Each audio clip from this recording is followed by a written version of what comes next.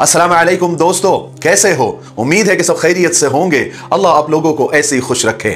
सरकार दो आलम सल्लल्लाहु अलैहि वसल्लम की पूरी जिंदगी पर बनने वाली वीडियो सीरीज जिसका नाम मोहम्मद सब के लिए है सल्लल्लाहु अलैहि वसल्लम, ये उसका 56वां हिस्सा। अस्सलाम वालेकुम वरहमतुल्लाहि वबरकातुहू। उम्मीद है आप सब खैरियत से होंगे। मैं भी अल्हम्दुलिल्लाह अल्लाह का लाख लाख शुक्र एहसान खैरियत से हूँ। और इंशाअल्लाह जिस वीडियो पर रिएक्शन दे रहे हैं मिफ्ताही इनके चैनल का नाम है, इनके चैनल का लिंक मैं डिस्क्रिप्शन में दे दूँगा। आप लोगों ने जो सब्सक्राइब करिएगा और मेरी वीडियो एंड तक देखिएगा।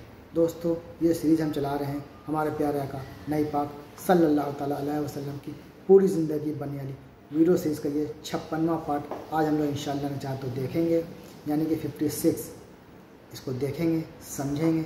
और आपसे गुजारिश है कि अगर जिसने भी ये पार्ट को यानी कि हमारे प्यारे आका की सीरीज़ को न देखा हो तो मेरे चैनल में जाके शुरू से लेकर एंड तक देख सकते हैं। बहुत अहम सीरीज़ है ये, बहुत इंपॉर्टेंट सीरीज़ है, क्योंकि हमारे प्यारे आका ने अपनी ज़िंदगी बड़ी परेशानी तकलीफ़ के साथ गुजारी है, सिर्फ़ और सिर्फ अपनी उम्मत के लिए।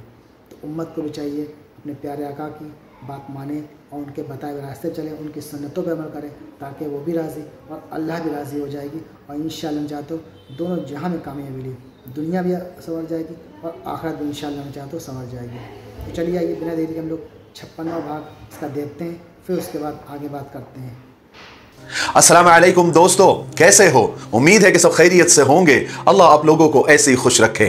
सरकार दो आलम सल्लल्लाहु अलैहि वसल्लम की पूरी जिंदगी पर बनने वाली वीडियो सीरीज जिसका नाम मोहम्मद सब के लिए है सल्लल्लाहु अलैहि वसल्लम, ये उसका 56वां हिस्सा। अस्सलाम वालेकुम दोस्तों, कैसे हो? उम्मीद है कि सब खैरियत से होंगे। अल्लाह आप लोगों को ऐसे ही खुश रखे। सरकार दो आलम सल्लल्लाहु अलैहि वसल्लम की पूरी जिंदगी पर बनने वाली वीडियो सीरीज जिसका नाम मोहम्मद सब के लिए है सल्लल्लाहु अलैहि वसल्लम, ये उसका 56वां हिस्सा यानी पार्ट 56 है। थोड़ा हम रिकैप कर लेते हैं कि हमने 55वें हिस्से में क्या सुना, बल्कि हमने 55वें हिस्से तक क्या सुना। हमने जंगे ओहद तक सारे वाकयात सुने, सारे गज़वात सुने, सारे सरायों को सुना, मक्का के हालात सुने, मदीना के हालात सुने, मक्का वालों ने क्या क्या जुल्म किया वो सुना, यहूदियों की चालें हमने सुनी, सारी बातें। जंगे बदर भी हमने सुना, फिर जंगे ओहद सुना, और जंगे ओहद के बाद जो हालात हुए वो भी हमने सुना। अब हम बढ़ रहे हैं ग़ज़वे अहज़ाब की तरफ, लेकिन उससे पहले क्या क्या वाकयात हुए थोड़ा एक नजर उन पर डाल देते हैं। कबीले बनु आमिर एक अरब का कबीला था जिसका सरदार एक शख्स अबू बरा था। सन 4 हिजरी के शुरू में ही अबू बरा एक रोज हुजूर पाक सल्लल्लाहु अलैहि वसल्लम की खिदमत में हाजिर हुआ और उन्होंने कुछ हदिये और तोहफे लेकर आए थे। रसूल पाक सल्लल्लाहु अलैहि वसल्लम ने उनके सामने इस्लाम को पेश किया और उनसे कहा कि आप इस्लाम कबूल कर लीजिए। तो अबू बरा ने इस्लाम कबूल नहीं किया, मगर दीन से बेजारी भी जाहिर नहीं की, यानी इस्लाम को बुरा भी नहीं कहा, बल्कि यह कहा कि आपका पैगाम बहुत अच्छा है, आप बड़ी अच्छी बातें करते हैं और आपके दीन को मैं बहुत उम्दा समझता हूं, लेकिन मेरी एक राय है कि आप अपने कुछ सहाबा को अहले नज्द की तरफ भेजें ताकि वो उन्हें इस्लाम की तबलीग करें। मुझे उम्मीद है कि वो मुसलमान हो जाएंगे, वो इस्लाम कबूल कर लेंगे। अहले नज्द से मुराद अबू बरा का जो मसला था, अहले नज्द से मुराद कबीले बनु आमिर और कबीले बनु सुलैम थे। ये सुनकर रसूल पाक सल्लल्लाहु अलैहि वसल्लम ने फरमाया कि मुझे खतरा है अहले नज्द की तरफ से कि वो मेरे सहाबा के साथ कहीं गद्दारी न कर दे, उन्हें तकलीफ न दे। तो अबू बरा ने कहा कि उसकी जिम्मेदारी मैं ले लेता हूं, वो तमाम सहाबा मेरी पनाह में रहेंगे। इस पर आप सल्लल्लाहु अलैहि वसल्लम सहाबा को भेजने के लिए तैयार हो गए। अबू बरा उसी वक्त सहाबा को लेकर नज्द की तरफ गया और जाते ही उसने लोगों में ऐलान कर दिया कि मैंने मोहम्मद सल्लल्लाहु अलैहि वसल्लम के सहाबा को पनाह दे रखी है, इसलिए कोई उन्हें तकलीफ न दे। आप सल्लल्लाहु अलैहि वसल्लम ने 70 सहाबा को अबू बरा के साथ भेजा और ये सारे सहाबा बड़े पाए के सहाबा थे, यानी सब कारी थे, हाफिज थे, आलिम थे। उनमें हजरत अबू बकर रजी अल्लाह तआला के गुलाम आमिर बिन फुहैरा भी थे। हुजूर पाक सल्लल्लाहु अलैहि वसल्लम ने एक खत भी दिया जो कबीले के सरदार आमिर बिन तुफैल के नाम था। यह आमिर अबू बरा का भतीजा था। हुजूर पाक सल्लल्लाहु अलैहि वसल्लम ने इस जमात के अमीर हजरत मुंजिर बिन अम्र बिन सादी को बनाया। सहाबा की यह जमात मदीने से रवाना हुई।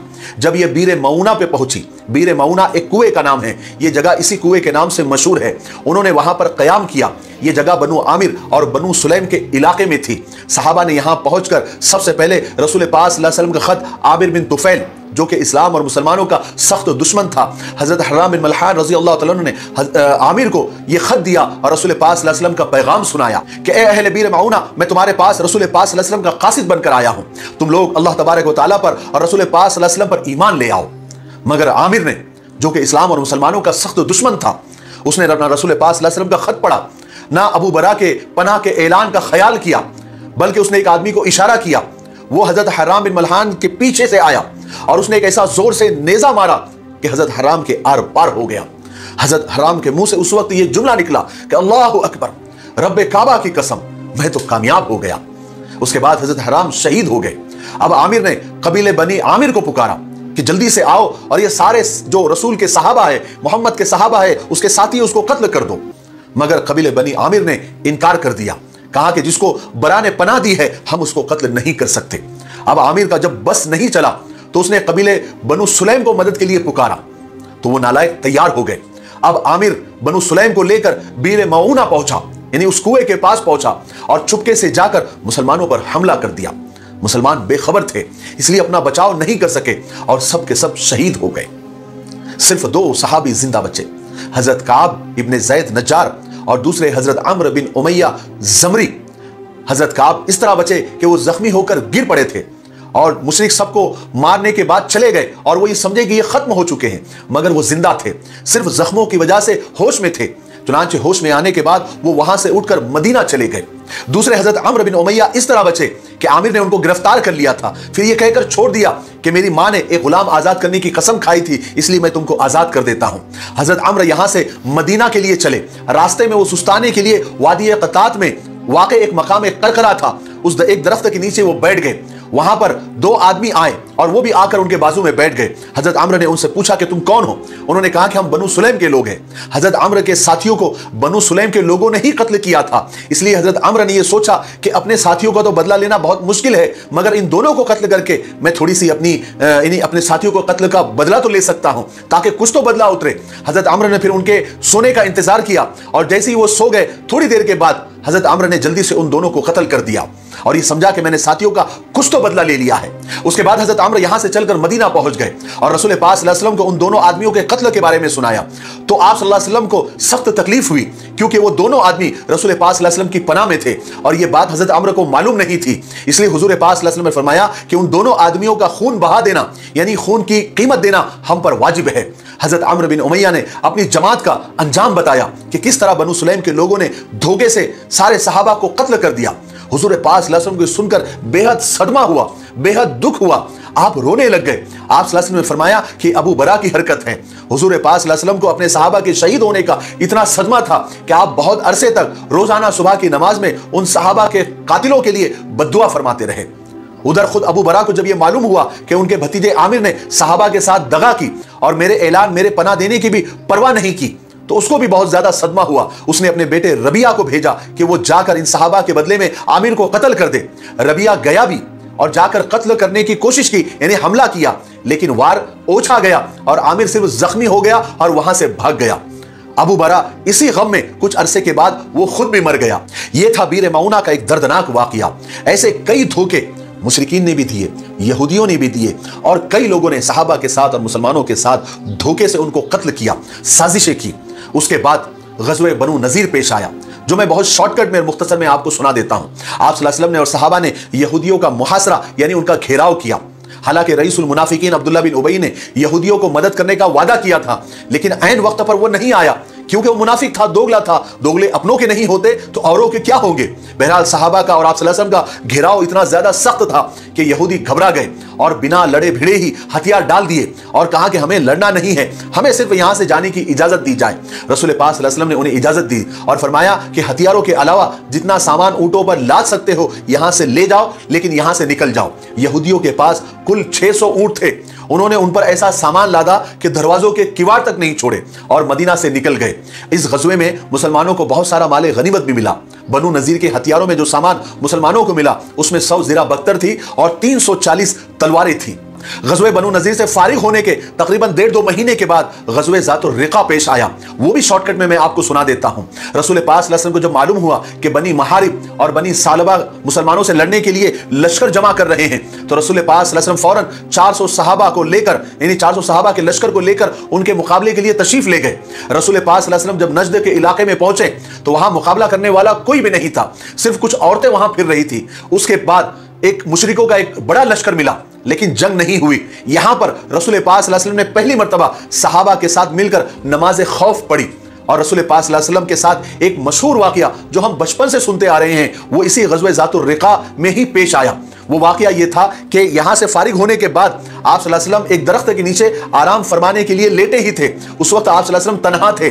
अचानक एक शख्स आया और आप ही की तलवार निकालकर आपके ऊपर तान दी और पूछने लगा कि मोहम्मद, तुमको मुझसे कौन बचा सकता है? ऐ मोहम्मद बताओ, तुमको मुझसे कौन बचा सकता है? लेकिन आप सल्लल्लाहु अलैहि वसल्लम के चेहरे पर न खौफ था न डर था। आप सल्लल्लाहु अलैहि वसल्लम ने इत्मीनान से जवाब दिया कि अल्लाह। यह सुनकर उस शख्स के हाथ कांपने लगे और उसकी तलवार छूट गई। फिर आप सल्लल्लाहु अलैहि वसल्लम ने खुद वो तलवार उठा ली और उस आदमी पर तान दी और उससे कहा कि अब तू बता कि तुझे कौन बचा सकता है। वो आदमी फौरन घुटने के बल गिर गया और गिड़गिड़ाने लगा और कहा कि मुझ पर रहम कर दीजिए, मुझ पर रहम फरमाइए, आपके अलावा मुझे कोई बचा नहीं सकता। आप सल्लल्लाहु अलैहि वसल्लम ने उस पर रहम किया और उसको छोड़ दिया। वो शख्स वहां से वापस जाकर सबसे यही कहता फिरता था कि मैं दुनिया के सबसे अच्छे इंसान के पास से और उनसे मिलकर आ रहा हूं। ये वाकया हमने कई बार, बल्कि शायद बाल भारती की किताब में भी ये वाकया हमने पढ़ा था और आप लोगों ने भी ये वाकया बार बार पढ़ा भी होगा और बार बार सुना भी होगा। यह गज़वा ग़ज़वे ज़ातुर रिक़ा के नाम से मशहूर हुआ क्योंकि रिक़ा नाम का वहां पर एक पहाड़ था। बहरहाल ग़ज़वे ज़ातुर रिक़ा से वापस तशरीफ लाने के बाद आप सल्लल्लाहु अलैहि वसल्लम 2-2.5 महीने तक मदीने में ही आपने क़याम फरमाया और ऐसा जो भी ज़माना खाली होता था उसमें आप सल्लल्लाहु अलैहि वसल्लम जब मदीना में क़याम फरमाते थे तो आप सल्लल्लाहु अलैहि वसल्लम हमेशा इस्लाम और मुसलमानों की तरक्की के लिए तदबीरें करते रहते थे ताकि अल्लाह तबारक व तआला का ये दीन दूर दूर तक फैलकर उससे दुनिया जगमगा उठे और सारे आलम में इस्लाम का बोलबाला हो और आपस में मोहब्बत, इत्तेफाक और प्यार बाकी रहे। अंसारी और मुहाजिरों में ऐसा भाईचारा हो कि वो एक खानदान की तरह रहे और हर मुसलमान एक दूसरे मुसलमान के दुख दर्द में इस तरह शरीक हो कि एक को तकलीफ हो तो दूसरा तड़प उठे। और फिर हुआ भी यही। रसूल पाक सल्लल्लाहु अलैहि वसल्लम की ही तालीमात का ये असर था कि सारे मुसलमान, मुहाजिर भी और अंसार भी हकीकत में एक दूसरे के भाई बन गए थे। अंसारी मुसलमानों ने मुहाजिरों के लिए दिल खोलकर अपना माल और दौलत उन्होंने खर्च किया। उन्होंने अपने घर तक खाली कर दिए और उन्हें मोहब्बत के साथ ठहराया। उन्हें खुद तकलीफें उठाना गवारा थी मगर यह पसंद नहीं था कि किसी मुहाजिर भाई को थोड़ी भी तकलीफ हो। और कई सालों तक, बरसों तक मुहाजिर मुसलमान अंसारियों के घरों में ही रहे। ऐसा कभी नहीं हुआ कि मुहाजिरीन और अंसारी सहाबा में किसी बात पर लड़ाई और झगड़ा हुआ हो। यही हाल मुहाजिर मुसलमानों का था। वो अंसारी मुसलमानों को अपने सगे भाइयों की तरह बल्कि उससे ज्यादा चाहते थे। जिन मुहाजिर सहाबा को अल्लाह तबारक व तआला ने रुपया पैसा दिया था वो गरीब अंसारियों की मदद भी करते थे। आपको तो मैंने पहले भी सुना दिया था कि मदीना के मुसलमानों को पानी की बड़ी तकलीफ थी क्योंकि जिस कुएं से पानी लिया जाता था वो सड़ गया था। फिर रसूल पाक सल्लल्लाहु अलैहि वसल्लम ने सहाबा से फरमाया था कि तुम में से कौन है जो इस कुएं को खरीदे और उसे साफ कराए। हजरत उस्मान गनी रज़ी अल्लाह तआला जो कि मुहाजिर सहाबी थे, उन्होंने फरमाया कि रसूलल्लाह मैं इस खिदमत के लिए तैयार हूं। फिर हजरत उस्मान गनी रज़ी अल्लाह तआला ने 35,000 दिरहम में वो कुआं खरीदा और उसे अपने पैसों से साफ किया और सारे मुसलमानों के लिए उसे वक्फ भी कर दिया था। ग़ज़वे ज़ातुर रिक़ा से रसूल पाक सल्लल्लाहु अलैहि वसल्लम जमादिल अव्वल के महीने में मदीना वापस तशरीफ लाए थे। उसके बाद अब रजब के आखिर तक तकरीबन 2-2.5 महीने तक मदीना में ही रहे। ग़ज़वे उहद में एक इंसिडेंट हुआ था। अबू सुफियान ने रसूल पाक सल्लल्लाहु अलैहि वसल्लम से ये कहा था कि हम अगले साल बदर के मैदान में जंग के लिए जरूर आएंगे। गोया ये अबू सुफियान का चैलेंज था और रसूल पाक सल्लल्लाहु अलैहि वसल्लम ने उस चैलेंज को कबूल भी कर लिया था, कबूल फरमा लिया था और हजरत उमर रज़ियल्लाहु अन्हु से यह कहकर जवाब दिलाया था कि हाँ, ये हमारा भी वादा है इंशाअल्लाह कि हम जरूर आएंगे। इसलिए रसूल पाक सल्लल्लाहु अलैहि वसल्लम का यह इरादा था कि वो वक्त मुकर्ररा पर यानी बदर के मैदान में जो अबू सुफियान को चैलेंज दिया था, बदर के मैदान में हम जरूर जाएंगे। जैसे जैसे वो वक्त करीब आ रहा था मुसलमानों की तैयारियां शुरू हो रही थी। उस जमाने में एक शख्स नईम बिन मसूद जो कि उस वक्त मुसलमान नहीं हुए थे, जब उन्होंने देखा कि मुसलमान बदर जाने के लिए तैयारियां कर रहे हैं तो वो नईम बिन मसूद मक्का पहुंचे और उन्होंने जाकर कुरैश से कहा कि मुसलमानों को अपना वादा याद है, तुमने जो ओहद में ऐलान किया था और चैलेंज किया था कि हम अगले साल बदर में आएंगे, तो मुसलमानों को वो वादा याद है और वो तैयारी कर रहे हैं और जंग की तैयारी कर रहे हैं। अबू सुफियान तो ये सुनकर घबरा गए, इसलिए कि मैदान ओहद और बदर में वो अपना सारा कसबल निकाल चुके थे और उधर उन्होंने मुसलमानों के बहादुरी का तजुर्बा भी कर लिया था। इसलिए अबू सुफियान किसी तरह से इस चैलेंज से हट जाना चाहते थे, फिर जाना चाहते थे और इस जंग को टाल देना चाहते थे।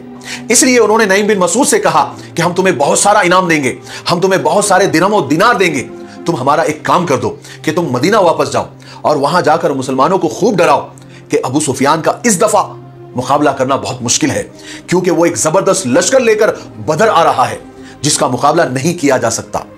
हो सकता है कि इस चाल से मुसलमान डर जाए और हम जंग करने से बच जाए। अबू सुफियान का मकसद ये सब करने का ये था कि अगर मुसलमान मैदान बदर में पहुंच गए और हम नहीं पहुंचे तो हमारी बहुत यानी रुसवाई होगी, हम जलील होंगे। लोग ये कहेंगे कि देखो हम मुसलमानों से डर गए, और अगर डर के मारे मुसलमान खुद ही मैदान में नहीं आए तो इल्जाम उन्हीं पर रहेगा। गज़ के नईम बिन मसूद तैयार हो गए और अपने साथ एक दूसरे आदमी को लेकर वो मदीना पहुंचे। यहां पर आकर उन्हें इनाम की लालच में और पैसे की लालच में गली गली महल्ले महल्ले जाकर घूमे फिरे, और हर जगह वो मुसलमानों को डराते थे कि इस दफा हम जाकर मक्का देख कर आए हैं और इस दफा कुरैश का मुकाबला करना नामुमकिन है, क्योंकि उसके साथ एक जबरदस्त लश्कर है, उनके पास ऊंट भी है, घोड़े भी है, हथियार है और जबरदस्त तैयारी वो कर रहे हैं। इसलिए तुम बदर मत जाओ, क्योंकि अब उनका मुकाबला करना गोया अपनी जानों को गवा देने के बराबर है। तो दोस्तों, यह था हमारा रिएक्शन जो हमने देखा हमारे प्यारे आका की पूरी ज़िंदगी बनी वीडियो सीरीज़ का ये 56वां पार्ट अल्हम्दुलिल्लाह हमने आज मुकम्मल कर लिया है। अब इंशाअल्लाह मैं चाहता हूँ आपसे 57वें पार्ट में यानी कि 57 पार्ट में हम आपसे मुलाकात करेंगे। तब तक के लिए इस वीडियो को खूब भी देखिए, दूसरों को भी दिखाइए और इस पर अमल करने की कोशिश भी करिएगा कि हमारे नबी साहब सल्लल्लाहु अलैहि वसल्लम ने क्या दर्स दिया है, हम सबको किस तरह से ज़िंदगी बिताना चाहिए, कैसे बिताना चाहिए, अल्लाह के रास्ते बताना चाहिए, अल्लाह की इताअत करना चाहिए ताकि अल्लाह राज़ी हो जाए और हम सब की नैया पार हो जाए। तो इंशाअल्लाह मैं चाहता हूँ आपसे फिर मुलाकात करेंगे। तब तक के लिए अस्सलाम वालेकुम व रहमतुल्लाहि व बरकातुहू।